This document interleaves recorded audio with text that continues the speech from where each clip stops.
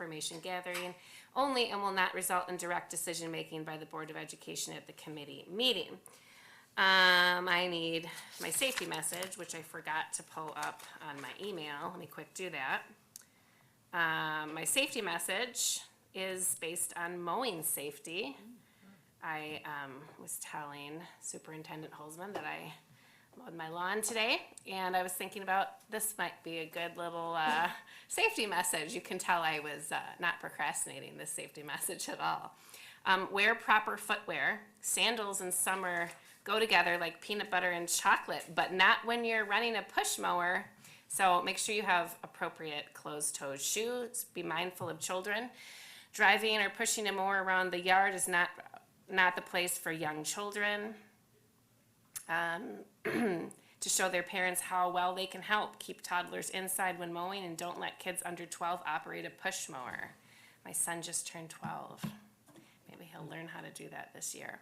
Pick up sticks, rocks, and other debris. If you prefer non-shattered windows on your home or the neighbor's car, then pick up stones, branches, toys, sprinklers, and other items before you start mowing.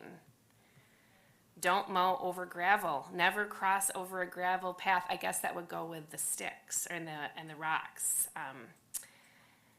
If you live on a gravel road, mow grass near gravel only when there are no cars or pedestrians passing by. Launching rocks at your neighbors is not a good way to build relationships. This is from familyhandyman.com, by the way, in case you're wanting to look this up. Don't pull the lawnmower backward. I never really thought about this. I do that all the time. I do it too. Whenever possible, try not to pull a lawnmower towards you. If you slip, you could end up pulling the mower right on top of you. This is a real hazard, and you could lose a foot or worse. So I just want to let everyone know that I learned something new today, and that was it. So I will be more mindful of that. And then if you have a riding lawnmower, do not leave the keys in your mower. It seems obvious, but leaving the keys in your lawnmower, if it has a key start, is asking for trouble. I don't think we need to talk about what kind of trouble that would be. And then another one is remove the spark plug before working on the blade. I don't think I'm going to be at risk of working on the blade, but I'll keep that in mind. Mind the hills. Most riding mowers are more likely to tip over sideways than forward or back, so mow up and down the hill. Mow hills side to side with push mowers. That way, if you do slip, you won't fall toward the mower or have the mower roll back towards you.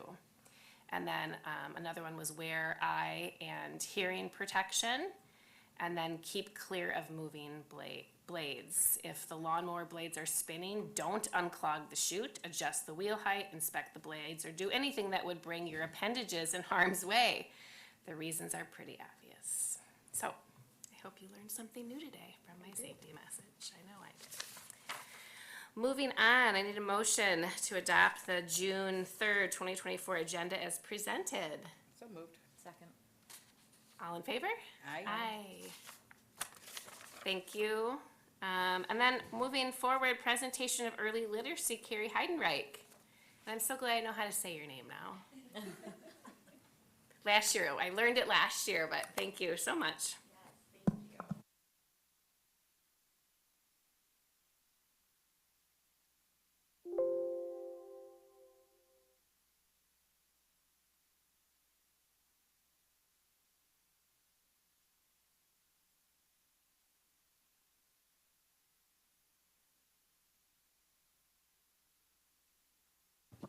There we go, sorry. Good afternoon. Thank you for inviting the Janesville Early Literacy Program to provide a presentation on the important work that we're doing and how it connects to the science of reading. This afternoon, I'm going to provide an update on the initiatives that we're working on, new programs and partnerships that have been formed, and finally, how this connects to the science of reading. The body of research that explains how we learn to read and the best practices for reading instruction. As a reminder, the mission of the Janesville Early Literacy Program is that we are committed to engaging the entire community in preparing all children from birth to kindergarten to succeed in school and life by empowering all families to read, talk, and play together every day. And to accomplish this, we have three strategic pillars that we focus our work on: empowering families, building children's libraries, and engaging the community. Our partnership with Mercy Hospital and with SSM Health St. Mary's Hospital has resulted in over 3,500 of the Read Talk Play kits being distributed to the community. I'm happy to share that we have also added questions to our P4J enrollment beginning this spring of 2024. And I apologize, the slide says fall of 23, but it actually started spring of 24 with this upcoming P4J enrollment.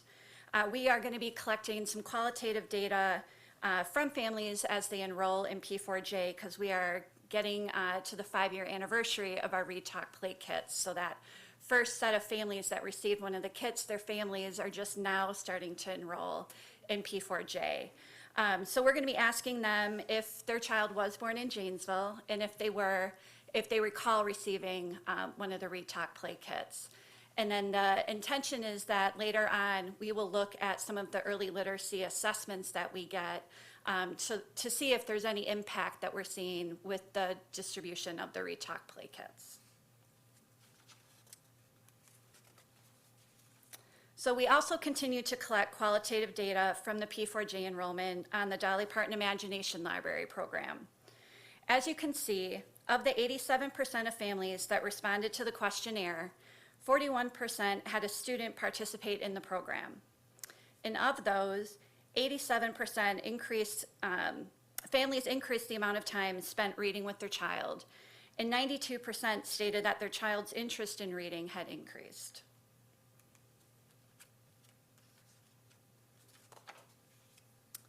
The Janesville Early Literacy Program continues to participate in community events to distribute books and also provide information and resources on the importance of read, talk, and play every day.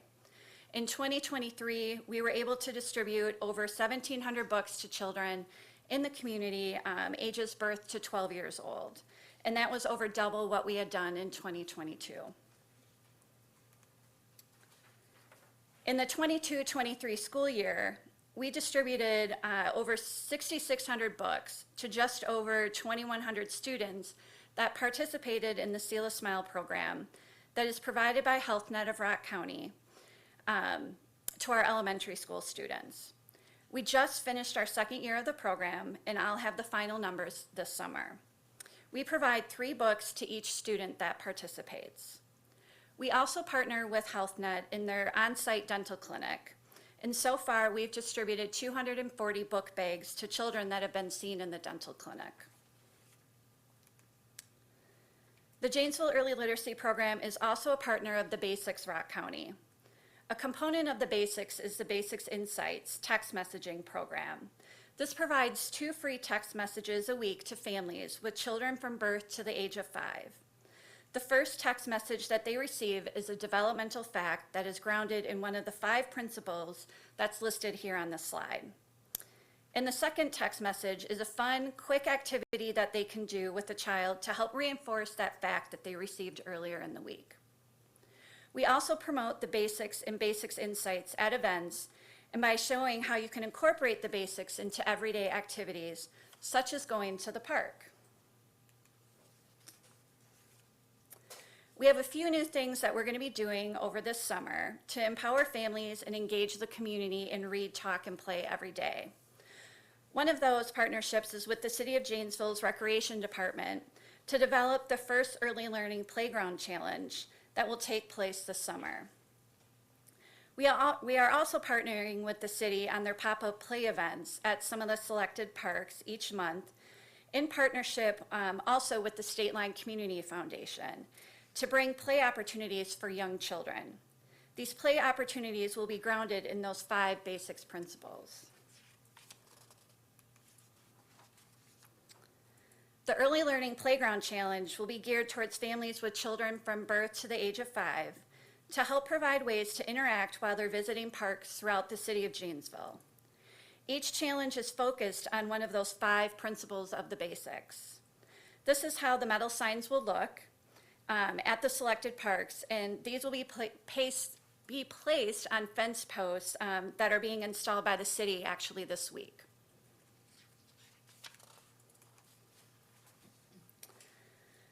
Starting in the fall, we will be launching our Read to Me program in partnership with 4 of our elementary schools. Each school will have an older sibling, most likely a 3rd grader, that will be choosing books to take home and read with their younger sibling or possibly a younger cousin or a neighbor that they have. The goal of the program is to continue building early literacy skills in younger children, such as vocabulary, background knowledge, print concepts, and phonological awareness, so that those younger kids have a strong foundation when they begin school. Another goal is to help build the confidence in our student readers. Later this fall, or in early 2025, we will be launching an update to our Read Talk Play Kits. This will include a new video for families and a new training video for hospital staff. This will coincide with the 5-year anniversary of distributing our Read Talk Play Kits. In addition to the updated kits in the video, we will also be incorporating a data collection tool so that we can gather information from families to see what that immediate impact is on showing the video and distributing the Read Talk Play Kits.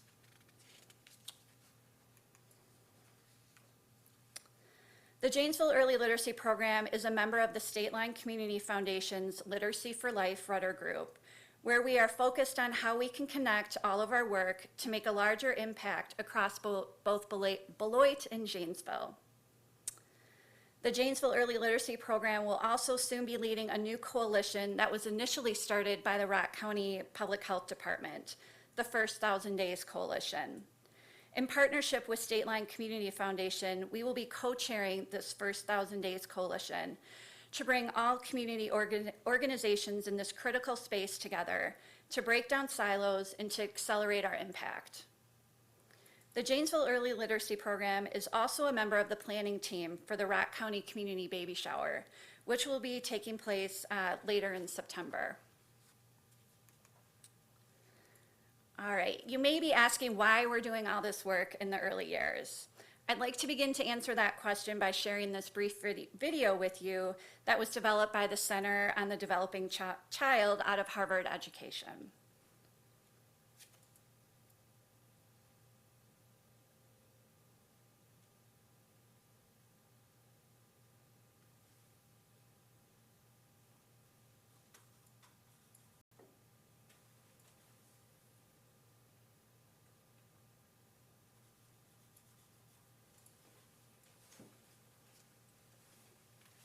Here we go.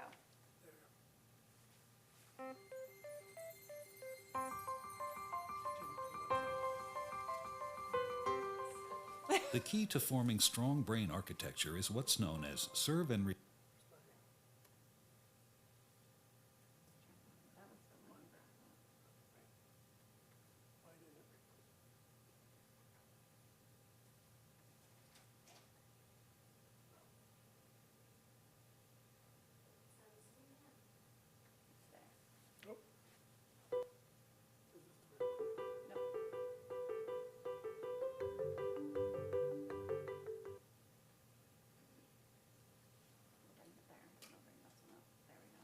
return interaction with adults. In this developmental game, new neural connections form in the brain as young children instinctively serve through babbling, facial expressions, and gestures. And adults return the serve, responding in a very directed, meaningful way. It starts very early in life when a baby coos and the adult interacts and directs the baby's attention to a face or hand. This interaction forms the foundation of brain architecture upon which all future development will be built. It helps create neural connections between all the different areas of the brain, building the emotional and cognitive skills children need in life. For example, here's how it works for literacy and language skills. When the baby sees an object, the adult says its name. This makes connections in the baby's brain between particular sounds and their corresponding objects.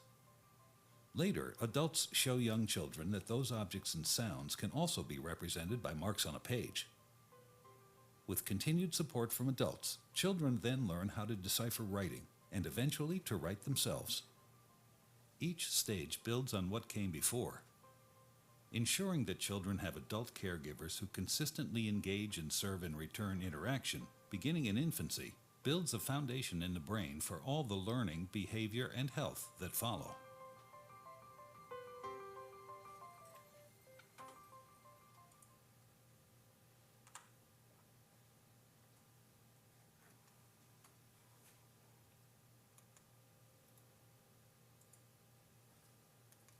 Okay.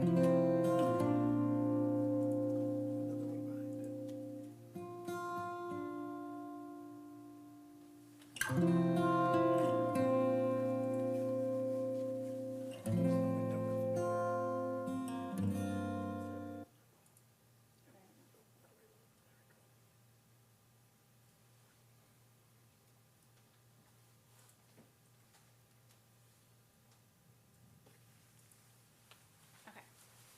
We did test that out before, beforehand. All right. This graphic shows the areas of the brain that are used for reading. Our brains are not specifically wired for reading. There are different regions that have to be activated to help us learn to read. As you saw in the video, these areas are built through the neural connections that are formed beginning at birth. This is why it's so critical to focus on the early years. Each stage builds on what came before. The foundation has to be built in the early years so children have the same opportunity when they begin school and are learning to read.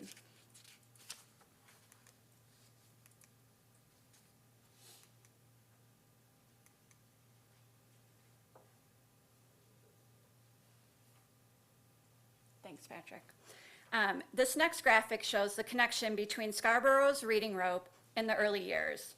Scarborough's reading rope displays how the simple view of reading includes all the sub-skills necessary to weave together what's needed for children to learn to read.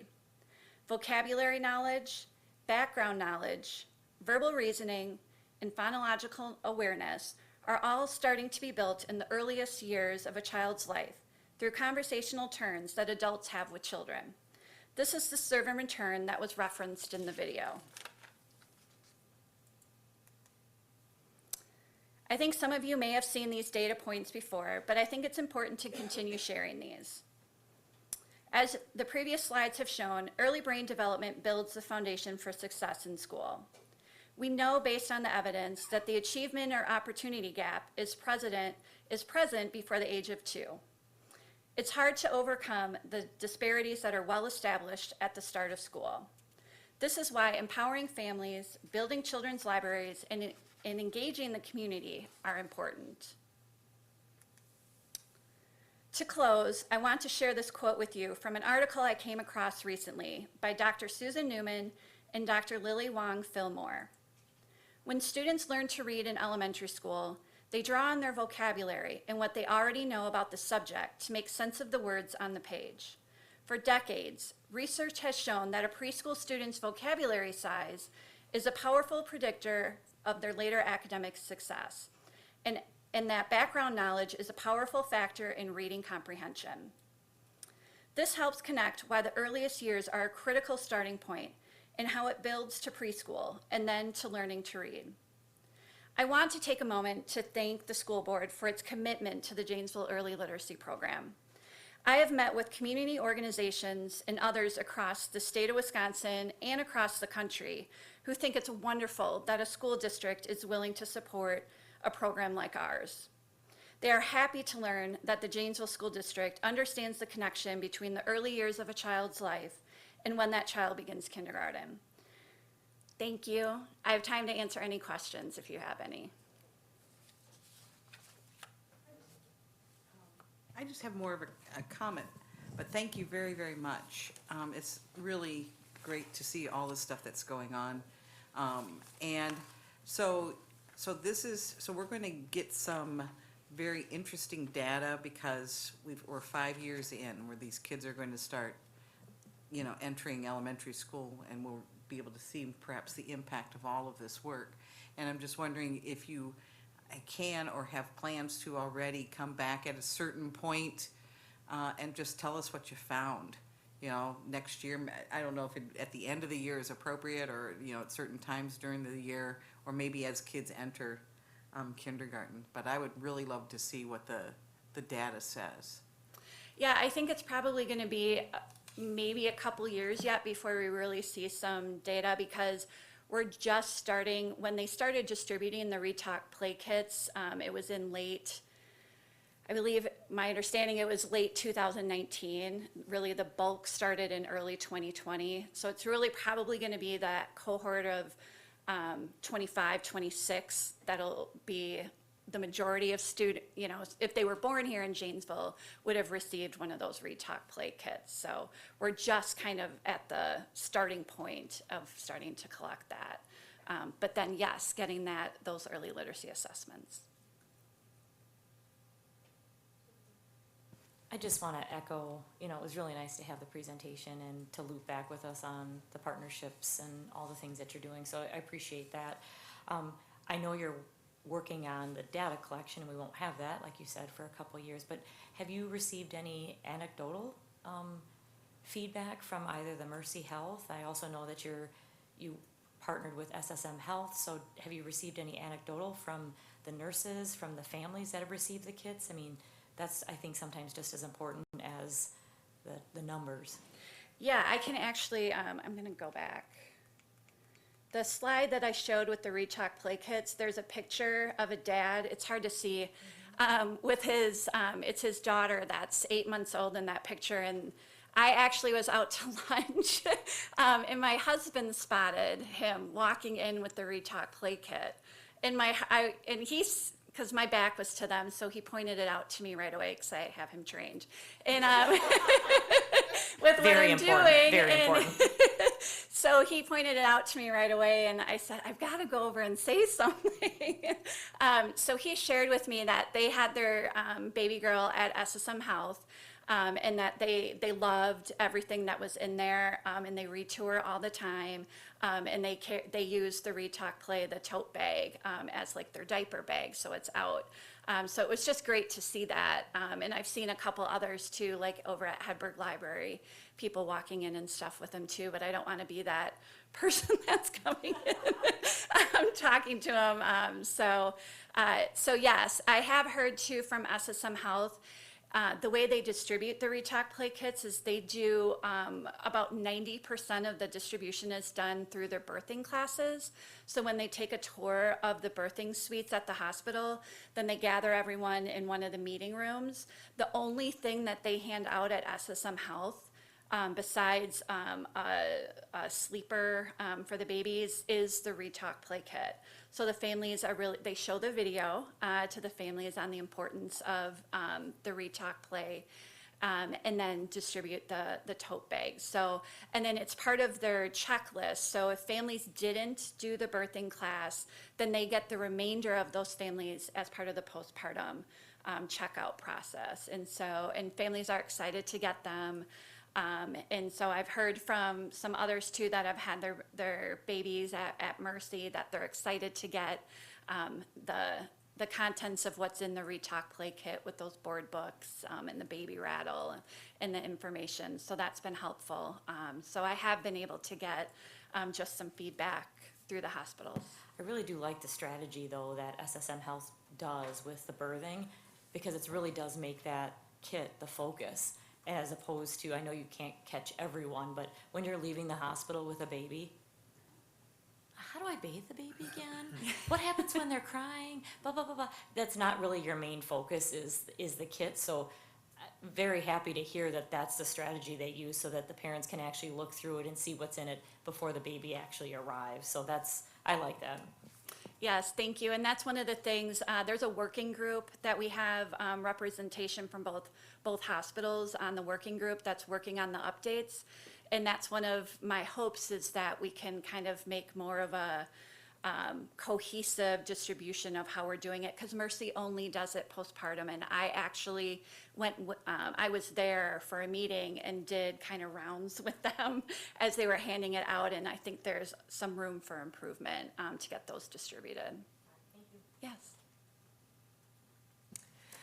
Well, we've connected in the past, and maybe you remember this is a passion of mine. Literacy is so important. It's one of the reasons why I am, sitting at this table, because it's just such a high priority in my educational outlook. So I'm incredibly grateful that you are here and doing this work, kudos to you for going the extra mile of going on rounds and seeing how it's working, because you really get a feel for where there is room for improvement. So I think that's fantastic. One of the questions I have, in thinking about, okay, well, these things are happening at Mercy and St. Mary's, are there opportunities for expansion in our community through other business partnerships in terms of handing out literacy materials that, I'm thinking as a business owner myself, this has always been, an area, I've thought, well, how can we get, in doing more with a literacy support? There's probably other businesses out there that might be willing to take on that lens.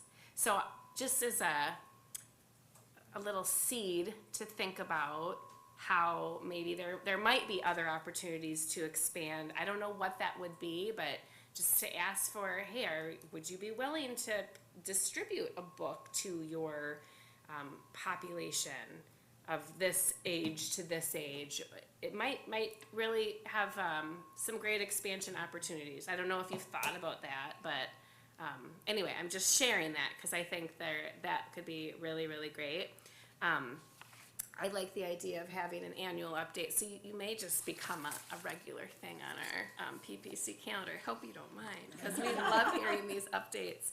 I had a question when I was looking at the numbers from the Dolly Parton Imagination Library. So there were 87% of families responded, but then 41% of the family answered that they participated. Do you know why that wasn't a higher number? I feel like I'm getting feedback on this. Yes. I was curious about that. So there's a limited number of slots for the city of Janesville. The last update that I got from United Way, because they administer and support the program, we have just over 1,400 slots for the city of Janesville, and they were full. And so many kids come off every month because as somebody turns the age of 5, then they age out of the program. And I did have a parent come up to me at one of the middle school resource fairs I attended this spring, ask me about Dolly Parton, because I don't openly promote it, because we really want to make sure that when families go to sign up for it, that there's slots for them to get on. So we just don't want a big rush of families signing up and being told no. So I know in the past we've provided funds to help alleviate a wait list, but my understanding is now that the Dolly Parton Imagination Library, it doesn't allow for a wait list anymore. So it's just, if you go in and sign up, if there's a slot in your it's based on zip code, then you're able to sign your child up. So the last update was that they were full for the city of Janesville, and it's just over 1,400 slots that are available. And there's about, based on census data, a little over, I believe it's 3,500 children in the city of Janesville zip codes under the age of 5.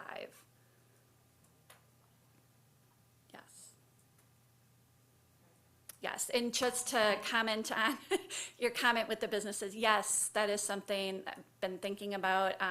One of the things that I have to make sure of is I'm a one-person team, and so there's only so much, and so just trying to be mindful to make sure that if we do take on another initiative, that we have the time and the resources to do that. But that is something, and hopefully with with the coalition that I talked about, that is something that we can strategize and maybe do across Rock County. I know that my counterpart in Beloit, Jessica, she has developed some stuff that is starting to go out into like some of the grocery stores and things like that, and coffee shops. And so we're thinking, how can we expand that and do some different things? But what we do with HealthNet, the book bags, that's something very similar that potentially could be expanded to others that wanted to distribute something. So I have a thought on the expansion, and you're only a one-person thing.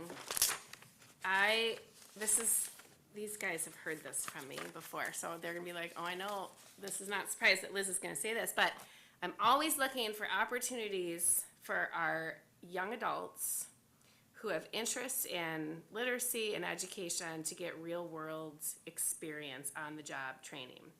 And in the business world, there's tons of internship opportunities, and in the world of education, there's none. So I want you to think about how we could get our teenagers who are passionate about kids and development and literacy and education, because they're out there. I think this would be a unique opportunity for you to get some assistance and them to get some really unique on-the-job learning.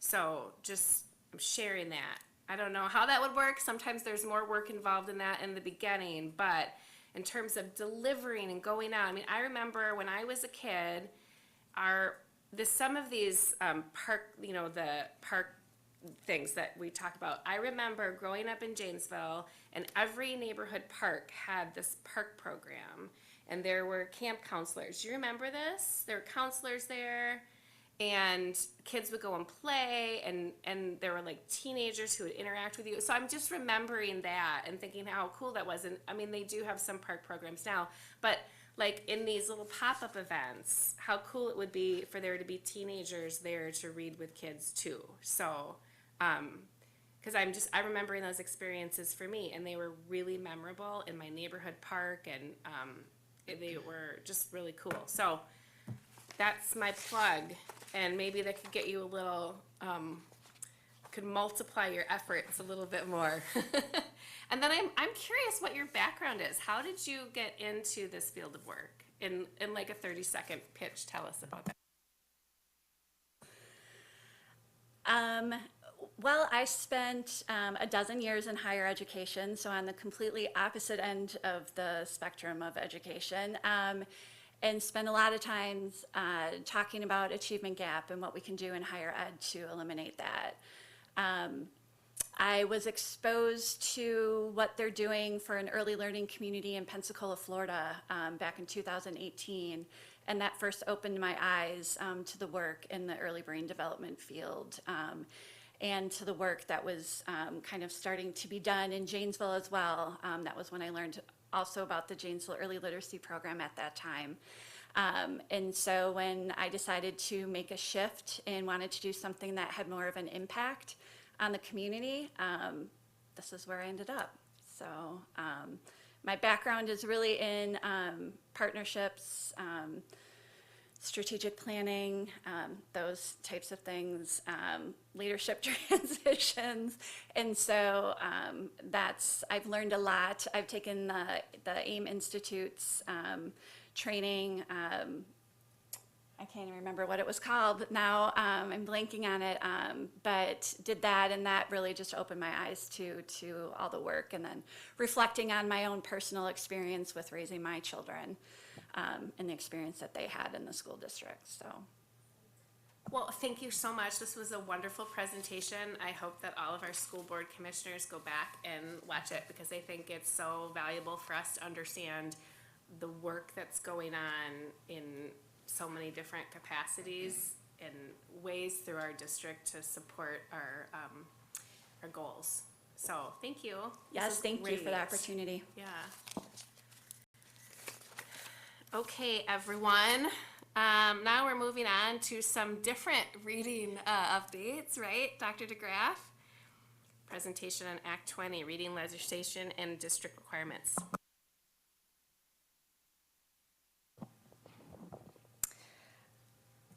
Good afternoon. So this afternoon I want to provide an update for you on the literacy legislation around Act 20.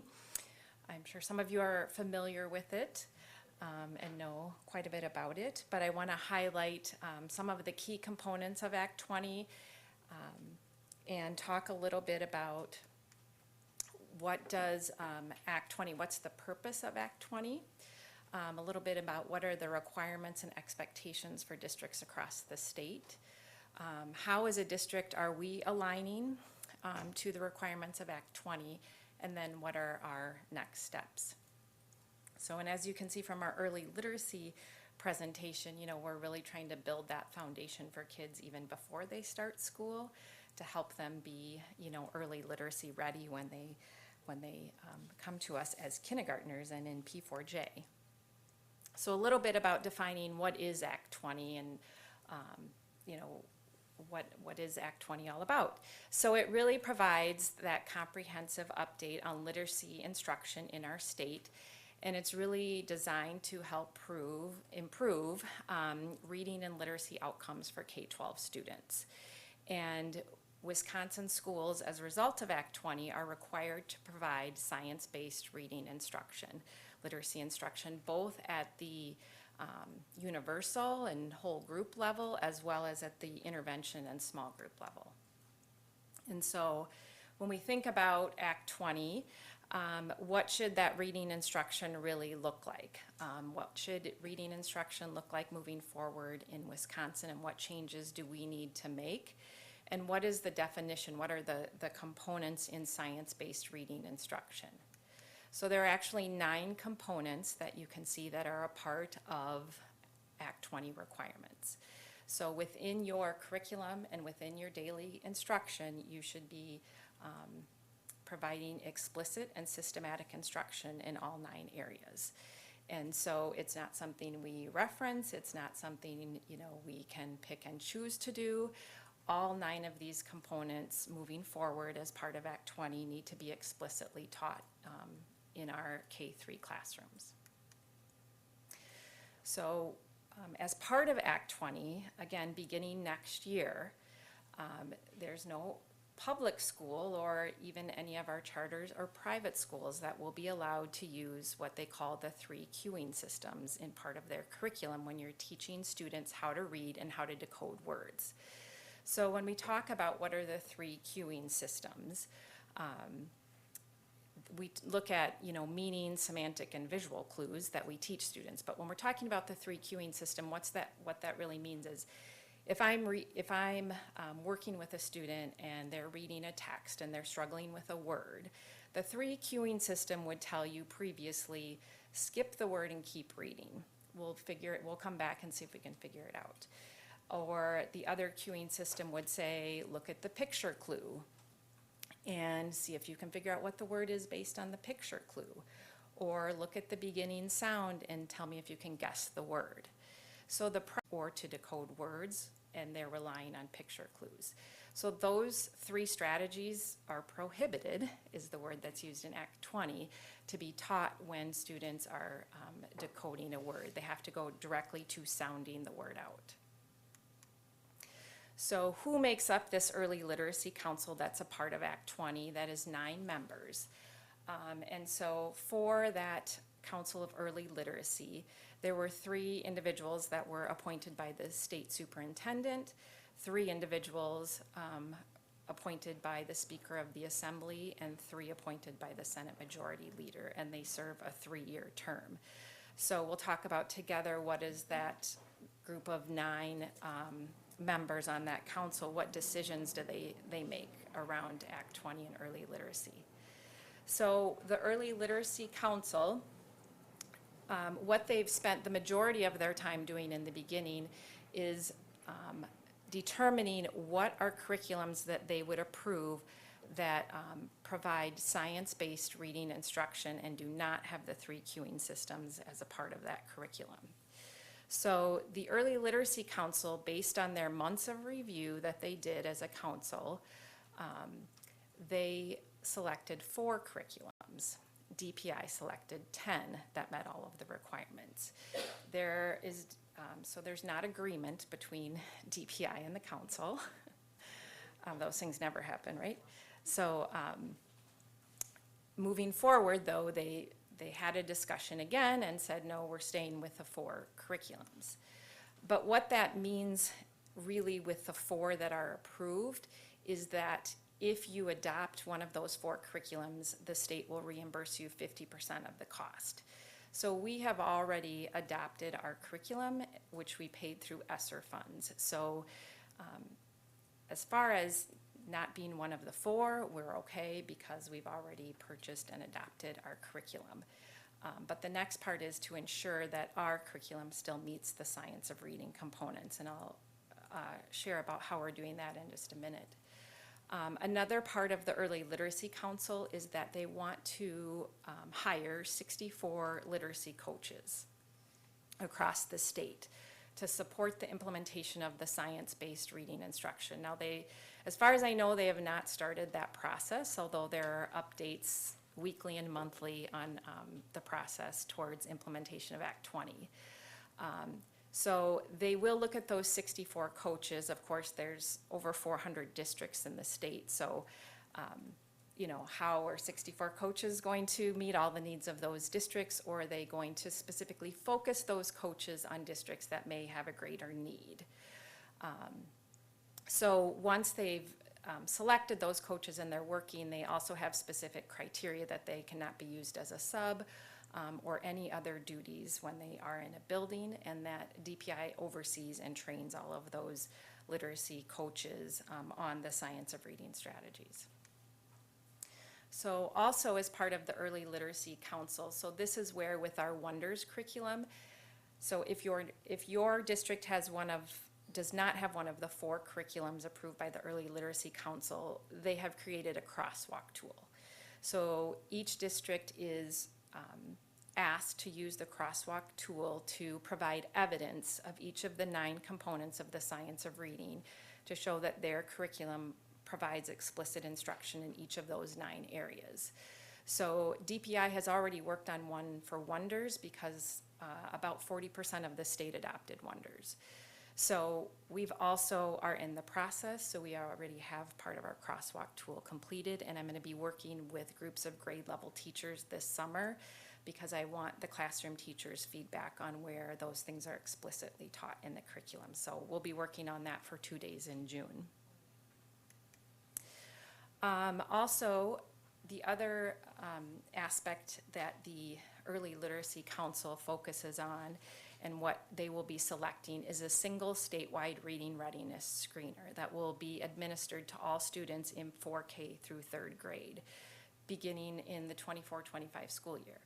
Now, some of that's changed already, so we were supposed to have this screener in December and then February and now July.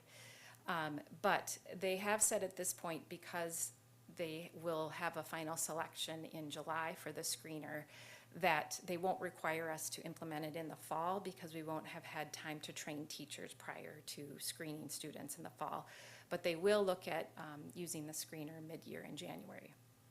So the 4K students will take that screener twice a year, and 5K will take it 3 times a year. So once the students have been screened as part of Act 20, any student who scores below the 25th percentile on that reading readiness screener, we will look at doing some more diagnostic assessments, and anyone in below the 25th percentile will be required to have a reading plan. And that reading plan will include what are those specific areas of reading need. We'll have to create goals and benchmarks of progress for each student, how we're going to monitor it, and then a description of the intervention and resources we'll use, as well as strategies we're going to share with the parents to use at home. Then, as part of the requirement, it's also once the reading plan has been developed, no later than 15 days after that reading readiness assessment has been scored, buildings have to meet with parents and explain the results of the survey or of the reading screener. So within 15 days, according to Act 20, we will meet with those parents. We have to share with them the score. What are those areas or sub-skills that they did not, or I guess will be their area of focus that we will be focusing on in instruction, and then we have to provide to them what is a definition of at-risk. So with that personal reading plan, there'll be letters developed, there'll be templates for the reading plan as well that we'll be using, and then beginning in the summer of 2025, any 3rd grade student who's not yet proficient on Forward or based on some of our reading screening resources will have to be invited to a summer reading program and have a reading plan. Now, we are being proactive and we're piloting a summer reading program this summer using a science-based reading curriculum. So I have, working with 2 schools that are piloting a 3rd grade summer reading program with a science-based reading curriculum, and those 2 teachers have been trained already in the curriculum. So what about educator preparation programs? So this will start to apply for teachers beginning seeking initial license in July 1st of 2025.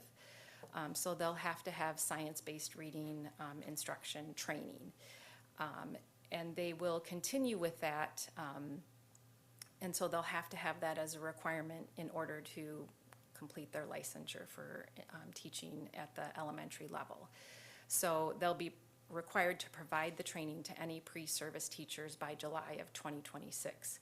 So for this next year, any teachers that haven't had the science of reading training, we will need to train in our district, but starting in 2026, it will be a requirement before leaving the university in the state of Wisconsin. And so we won't have to worry about training them once they are hired within our district. As well as it is a requirement by July 1st of 2025. They have said now that you at least have to start it by then, that all teachers have to be trained in the components of the science of reading. And so in those 9 components. So we started training over a year ago. All of our elementary principals have been trained, and I've done the training as well. All of our reading specialists have been trained, and now 180 of our elementary teachers are either trained or in the process in this summer cohort. So we are well on our way to having everyone trained. We have about 220 elementary teachers that need to be trained. What we're doing a little bit differently in our district is Act 20 requires kindergarten through 3rd grade teachers to be trained. As a district, I feel strongly that K-5 teachers should be trained. And why? Because at any point in time, our elementary teachers can teach any grade level. We are aware that in 4th and 5th grade, we have students that are not reading on grade level. And so we need to go back to all of those early components of the science of reading, including phonics, decoding, phonemic awareness. And so it's important that all of our teachers have that training. And so that hasn't always been popular in talking about that, but I think it's important that in order to continue to provide this training for all of our teachers and then continue to do further professional development in our district, we need to have a common language and a common training that we can build upon with all of our teachers. So, and with the support of Superintendent Holtzman, we are getting all of our elementary staff trained. So in closing, what are the action steps that we've completed? I've talked a little bit about those, and then what are some next steps? So we have selected our science of reading curriculum, the Wonders curriculum that you're aware of and that we've shared with you, and we've completed our 2nd year of implementation. We've also supplemented with a phonemic awareness curriculum as well, our Haggerty curriculum, to continue to enhance that explicit instruction in phonemic awareness. We've formed an Act 20 committee in our district to make sure we are in compliance with all the components of Act 20. So I've been meeting monthly with that committee. Again, I talked about the training. We already have 180 staff trained, which is a requirement of DPI. And we are required to submit to DPI a list of our trained staff. So working with Gretchen is helping us with all of that documentation. We're in the process of completing the crosswalk tool to show that Wonders meets the components of the science of reading, and we'll finish that this summer. All staff, in addition to the AIMS Pathway to Structured Literacy training for science of reading, we've also trained them this year on administering oral reading fluency assessments, and we've done decoding training, shifting from 3 cueings to decoding. And so we will assess all of our 1st through 5th grade students, 1st grade twice a year and 2nd through 5th grade 3 times a year in oral reading fluency. We're working on developing our reading plans. The state will share a template, so we are waiting for the state to provide their template, and we'll build off of that. We want to be consistent with what the state wants specifically in the reading plan. And then, as I shared already, we're piloting a third grade summer reading program, so we're prepared and have had some experience by the time we're required to do it next summer. Further next steps, one of the requirements of Act 20 will be that and this is where, our school board will be important in this part, is districts need to create a promotion policy based on this. So that is something we'll be working on in the future. DPI is going to provide, again, a template, so we'll have something to look at as far as developing that policy. And then we'll have continued training in the fall for another cohort, and then continue developing that parent notification process and how do we train teachers on talking to parents about the specific reading plan. So that is, again, a lot of information, but it's only a small part of Act 20. So trying to stay up on all of this, there's a link in this presentation to Act 20 FAQ. So myself and Kim and I consult frequently because, along with special ed and EL, there are certain requirements and components in Act 20 related to that. So she and I, work closely together to make sure, we're in compliance with that as well. So. God bless you. That's what I have to say, and all the teachers that, thank you for the presentation. That was very in-depth. A lot of added work because of Act 20. As a prior teacher, old habits die hard. Like I remember the 3 queuing. Like that was like, oh my gosh, taking me back to like. That's what you were trained to do. That's what I was trained to do. So like, I put myself in the position of like a seasoned teacher. All I know is the 3 cues. So how do you're going to, obviously you would have put me through training, but hopefully you would have given me continued professional development because my reaction would be to go back to old habits, which is what I was trained to do. So just food for thought, please keep training and keep doing that professional development because it would be hard for me to like, I know this is new, but you would want to fall back to your old habits because that's what you've been doing for 10, 15 years. So just food for comment. I appreciate that. This is just a lot. Like I look at all that.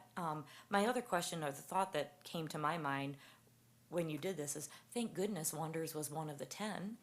Like, what would happen if you were a school district who just adopted a new curriculum 2 years ago, 3 years ago, and it wasn't on the list? And you made all that investment with all that new curriculum adoption, all the professional development that you invested. Is there some type of opportunity for a school district to say, hey, we just invested X amount of dollars, it's not on the list, what do we do? I mean, I'm just asking, because that's one of the questions that came up in my mind. So they wouldn't necessarily have to remove the curriculum, but they would have to go through and probably purchase supplemental resources. So any places where there were gaps, so they'd have to spend additional funding and training in order to make sure. So is they're that not what- saying you have to completely get rid of it, but you're gonna have to supplement. So is that what we did when I'm looking at the slide for educator preparation programs? Obviously, we selected Wonders, but we had to supplement with a phonemic awareness curriculum. So is Wonders, I don't want to say lacking in that area, but does it lack a little bit in that area where we had to supplement that? So it does have pretty strong phonemic awareness in it, but we use it in our 4K program, and we've been using it in 5K and first grade prior to adoption of Wonders. And it only takes about 5 minutes a day to 10 minutes a day. So it just enhances what's in there, and the teachers feel very confident in it and love it, and the kids are responding well, and we're seeing strong growth. So we've continued to use that as a supplement. Okay, all right, thank you. I'm just gonna piggyback. I tutor at kindergarten. I work with a kindergarten classroom. I have once a week for the second half of the school year, and I do Haggerty stuff with them. So it's really easy and simple to do, and it really builds. And it's interesting, when I started with my kindergarten friends back in January, and I would have these materials and then some decodable books, and all of those kids would say, I can't read. I can't do this. And gosh darn it, when we got together, they were decoding like champs. And it, you can really see the progression with the work they were doing in Wonders, and then the extra. I just got to, the stuff I did was very minimal, but it was fun for me on a weekly basis to see that gradual progression in these really young learners. And the classroom that I would have been helping in is with a very seasoned kindergarten teacher, very experienced. And she said, now that I know what I'm doing with this, it is amazing how much growth we're seeing in kids who are not even knowing the sounds of letters from the alphabet, starting the year and ending the year as, really readers.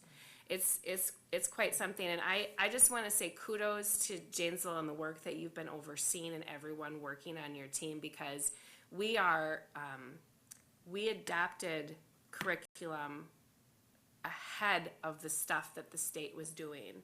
There are districts that haven't done anything yet, and we've been working really hard because we saw that this isn't going to work. And and the bringing in Wonders, that was years in advance of research, and so I think we all just need to applaud the Dr. DeGraff and everyone working through this process, because we're ahead of the game. We're obviously our numbers aren't where we want them to be, but we're making progress. And so this is super exciting. And I know that Act 20 is like, you want all of these things, but also it's like, oh no, it's a double-edged sword, right? It's exciting but stressful at the same time.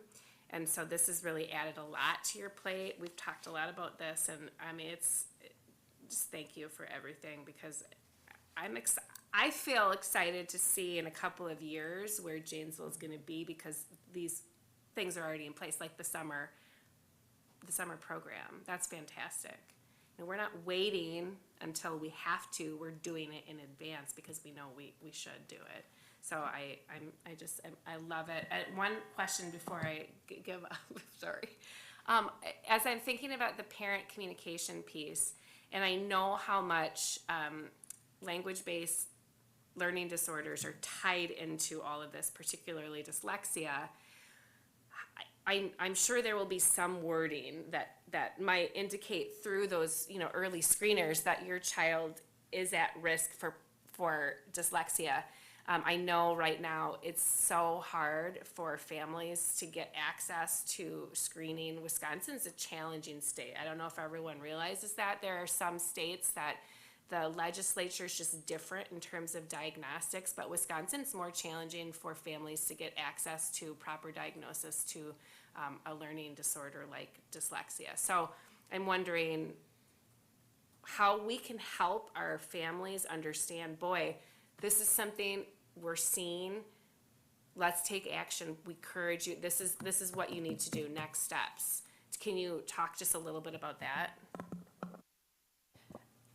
Yeah, so I think, I agree that there are some really exciting things as far as Act 20. It's a lot, but to have a statewide screener, to have some explicit reading plans so that we know we're consistent. But I think it will be an opportunity in meeting with parents about the reading plan to share strategies with them. And specifically, a lot of the strategies and in the training that the teachers are doing on the pathway to structured literacy, it does talk a lot about how does the brain of a student who has dyslexia work. And so what does that input look like and output when they're processing, decoding. And so I think, and as you mentioned too, Lisa, so it's going to be really important to keep following up and providing ongoing professional development on what they learned in this training, and that we continue this throughout next year and the following year. And so I think they'll be able to speak to parents a little more with more specific strategies. And the state, and the schools have this as well, but the state has a statewide dyslexia screener tool. And then it has within it what are the strategies that teachers should be using to support a student with dyslexia or with reading difficulty. And a lot of the strategies in there are the ones that they're being trained on. So, yeah. My only comment was, you're doing such great work and ahead of the game here, but how great is it that you're bookending it with this? Like, you're really ahead of the game, because you got this going on and you got this going on. And I know teachers won't like it, but as a previous fourth grade teacher, I'm glad that you're doing 4 and 5, because we all need to be speaking the same language and all being, if you're licensure as an elementary student, I might be teaching fourth grade, but next year you might tell me I'm going down to second grade. And if I haven't been trained, I'm behind the game between all my peers that are teaching second grade. So yay for bookending and yay for doing staff development in all elementary. Quick question, when you were talking about I'm so excited that the university has that requirement, because that's been a huge problem. And so we all need to be speaking the same language. I'm wondering, as someone who is licensed in the state of Illinois, what happens when someone, because, maybe there will be similar requirements, but is there anything in terms of that cross-the-border licensing that it's gonna get flagged that maybe that person doesn't have a background? Do you know anything about that? As far as having licensure in Wisconsin, they'll have to have the science-based reading instruction training, so that would be working with our HR department as well. So staff that may come from other states that do not have that training, we have a training that we're using in our district, so we would just require them to take that training.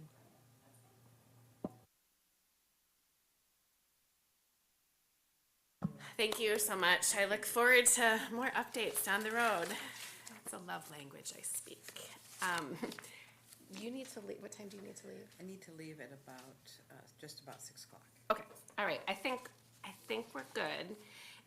Should we just could we bump the, since we need to vote on the Neola policy, could we move to that just to make sure that gets taken care of in case for some reason the question, can we do that? Okay. All right.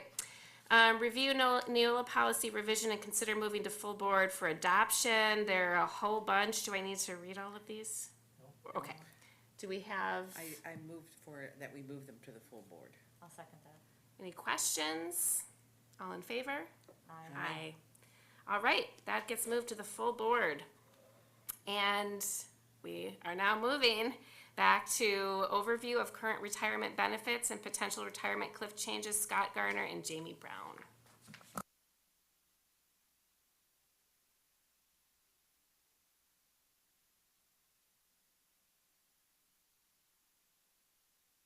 Sorry. Okay, so tonight we are going to be talking about retirees. And so tonight we will talk about what makes a person retirement eligible, the retirement benefits that they would receive, and then the upcoming retirement cliff. Okay, so this first group of people will include those who are hired prior to July 1st of 2015, okay? So if they were hired before that date and they are age 55 to 64 and have worked in a full-time capacity for a minimum of 10 years immediately preceding retirement, these employees are eligible for health insurance benefits as a retiree, okay?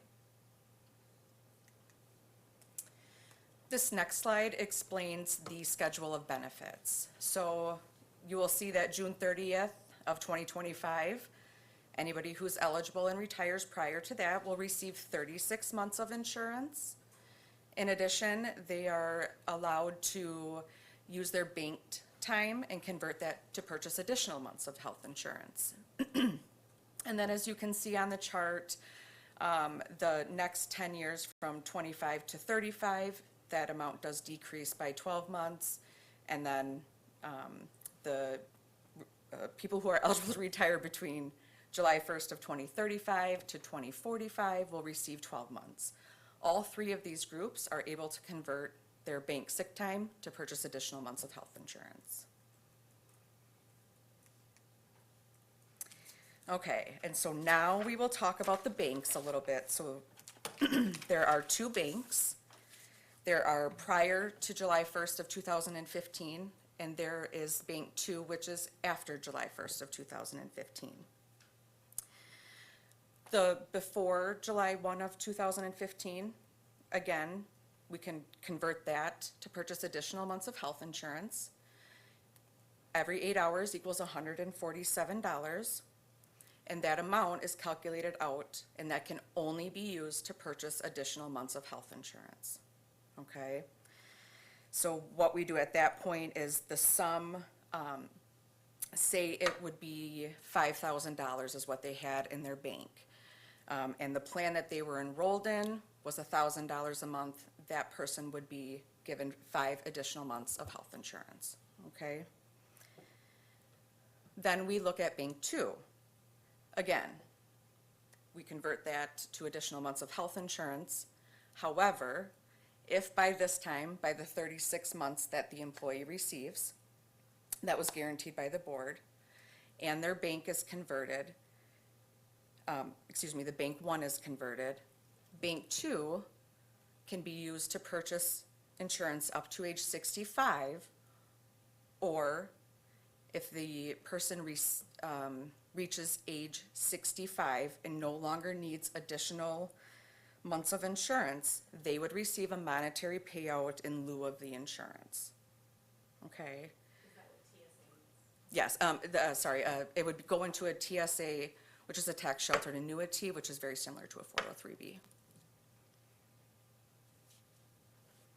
So, again, this was for everybody who was hired prior to July 1st of 2015. Anybody hired after July 1st of 2015, they must meet the same eligibility requirements of being age 55 and at least working in a full-time capacity for 10 years. There's no offer of insurance for these employees. They would get all of their bank sick time placed into a tax sheltered annuity, equivalent of $147 for every 8 hours.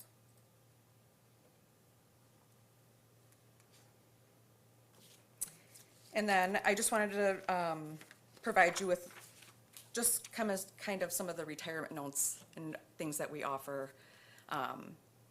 Dental is not included in this when employees retire. If the retiree becomes eligible for Medicare due to turning age 65 and/or perhaps a disability, the employee is no longer eligible to be on the district's health insurance plan. The retiree plans mirror active staff based upon their plan design and the premiums that they pay. Retirees are provided a life insurance policy at the time of retirement. It is equivalent to their previous year's gross earnings. And in addition to that, our retirees also receive the HSA contribution that is equivalent to active staff.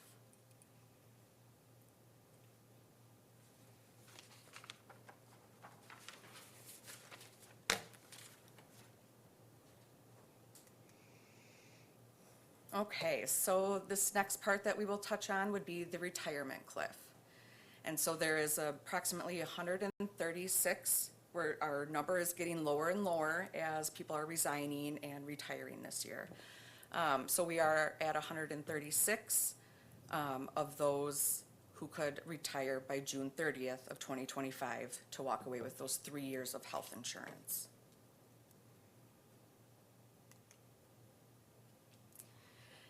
And so what we did is we sat down and we came up with some goals, and we wanted to minimize and/or try and stagger this potential mass exodus. We know that they will leave at, probably within the next 5 to 7 years if they don't retire this year.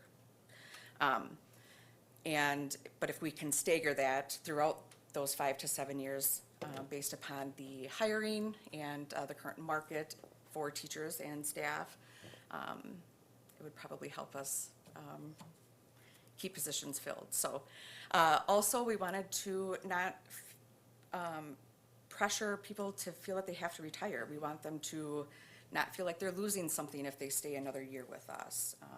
So we wanted to allow them to utilize that 3rd year of insurance, and hopefully that would incentivize them to stay.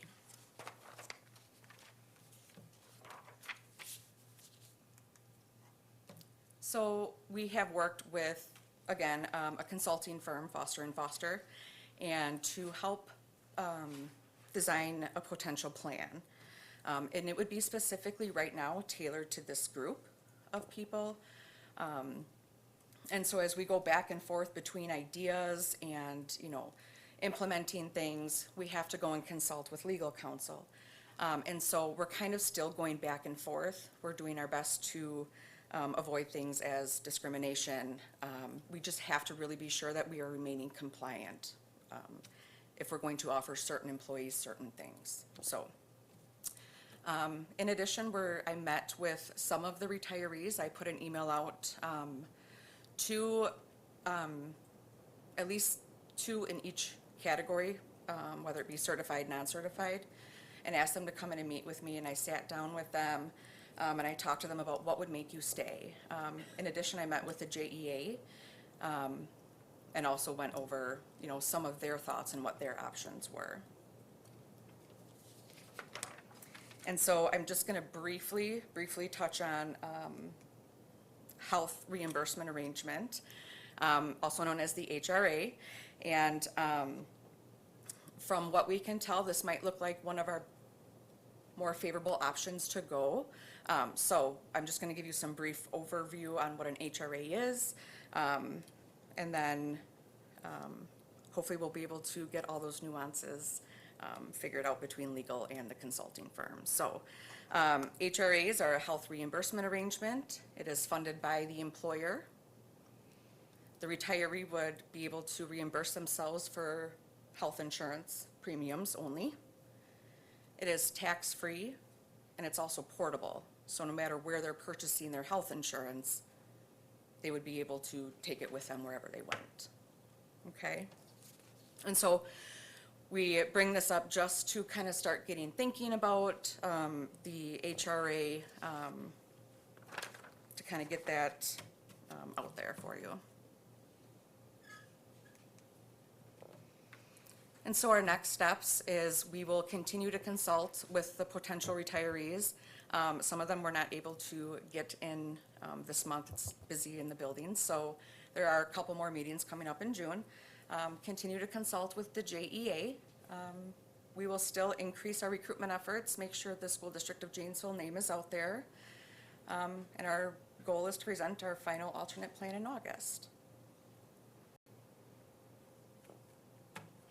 When you say present your final alternate plan in August, is that to the PPC committee or to the final board? PPC. Okay.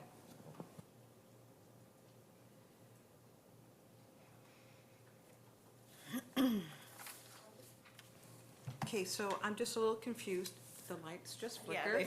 Like Okay, I thought maybe I was having a stroke. Okay, We're all right here for you, Kathy. thank you. Thank you, know the signs. Okay. So I'm a little confused, about the cliff, about the methods you're thinking about with to stagger, or to minimize, the number of people going out. And so, is the HRA the method or the option that we're thinking about to get people to stay, or is it adding that, hold on, I took a lot of notes, that 3rd year of insurance as an incentive, or both?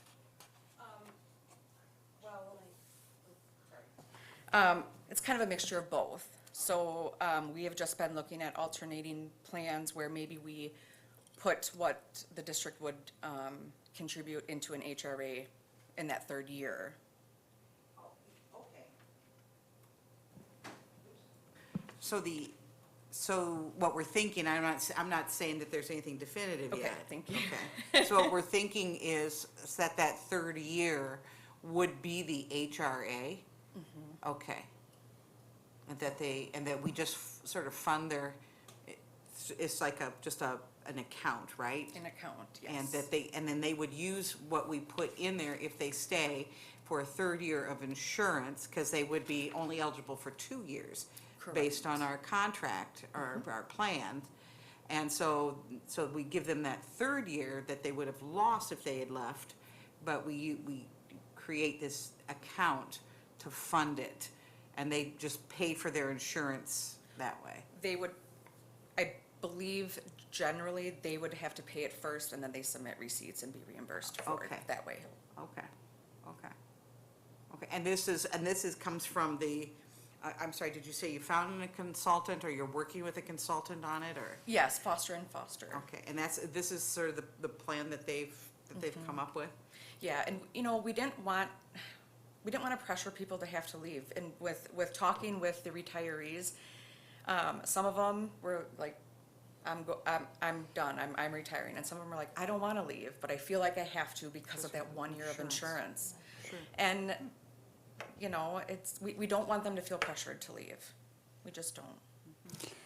Yes, if I may, it's a collaborative approach working with Dan and his team as well. He's in on those meetings to make sure we are fiscally responsible as well. So we're honestly exploring every possible option within that HRA realm to see how creative we can get to keep people here as long as we can.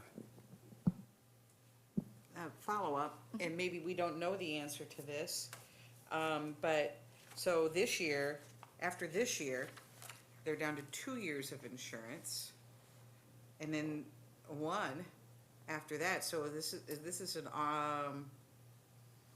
is not done. No. We're focusing on this first group now because it's pretty imminent, right? It's Yeah. June 30th of next year, so that's our current focus, but we will look to the future at some point. Thank you. Are you getting the sense that there are people who are maybe reconsidering? Yes. Okay, well, that's helpful. I mean, we just know how valuable, as I'm seeing, on the social media, people's names who have announced their retirement, there are people who have been here for so long and have been so dedicated and have such knowledge and have built such amazing relationships. And of course, we celebrate when they're ready to go, and we'll be sad that they're retiring and we'll miss them, but also, I would hate for anyone to feel like, well, I have to go, or, so I'm grateful that we are looking into these alternatives. I mean, I know you can't really speak, but are people being receptive to this HRA idea? For the most part, yes. It's a new concept because they're like, well, what about my HSA? What about, so it was just 4 years ago we got everybody educated with the HSA, and now we're looking at another vehicle to provide insurance for. And so, it's just walking them through it and trying to explain it. Yeah, and insurance is complicated enough, so, it's really hard it just is. So that's great. One question that came to mind when you mentioned that it was portable, it will work with the marketplace insurance, right? Like there aren't any, is that something that we know about? Because, like for myself, as someone that doesn't have insurance provided for me because we're self-employed, we have to find it. And I'm, guessing that some of these retirees will have to just find insurance. Is that an opportunity that they can use that through the marketplace? Yes, Okay. they can absolutely use it through the marketplace. They may not be granted a subsidy. Okay. But also, one of the other options for them is they can always enroll in our health insurance under COBRA for up to 18 months. Okay, so that was gonna be So- my next, but Cobra is a lot more, right? Well, it's still the same premium amount. It's the same premium, okay, all right.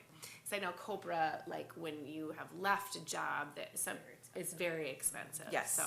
yes. Okay, all right, and I'm really, I'm so happy, and, we've talked about this, I'm so happy that JEA has been involved and that you have been speaking with retirees. I think that communication is just really essential. So I guess encouraging anyone out there listening to this, if they have questions about this, if they're not understanding, to reach out to you and say like, hey, I need some more information. Would that be the best? Absolutely. Okay. All right. Okay, so then, did you have anything? Okay. and we don't need to vote on this, this was just a presentation, an update. An And- update. And I'm really glad, because I know that the last time we knew that you were gonna be working on this, so we see a little bit more, and then we'll expect that finalized in August, that PPC will hear, and then that we'll have questions or whatever, and then the idea would be it will go to the full board to Yes. evaluate that, okay? All right, thank you for your work. Yeah. You've been, new to the position, and you've really had to jump in and handle a lot of, big topics, so thanks for hanging in there. Yeah, thank you. Appreciate you. Okay, everyone, moving on to 1.8, announcements and updates. Michelle isn't, Commissioner Hayworth is not here, so I'll touch base with her. And we just want to make sure, each year, normally when we have a new calendar of PPC dates, we kind of check to see, does this work for everyone? And we just kind of scheduled our dates, and we haven't, does this date still work for you? Okay. And Kathy, you told me it works, and so I'll just check in with Michelle to make sure, but she knew what these dates were too. I just want to make sure that we're all on the same page, and we're planning to continue with our same planning session, our agenda building sessions throughout the year too, so that time frame will be, identical. And we are meeting next week, but there's several people who won't be there, so, anyway, if there is anything, but we'll be okay. We'll get through it.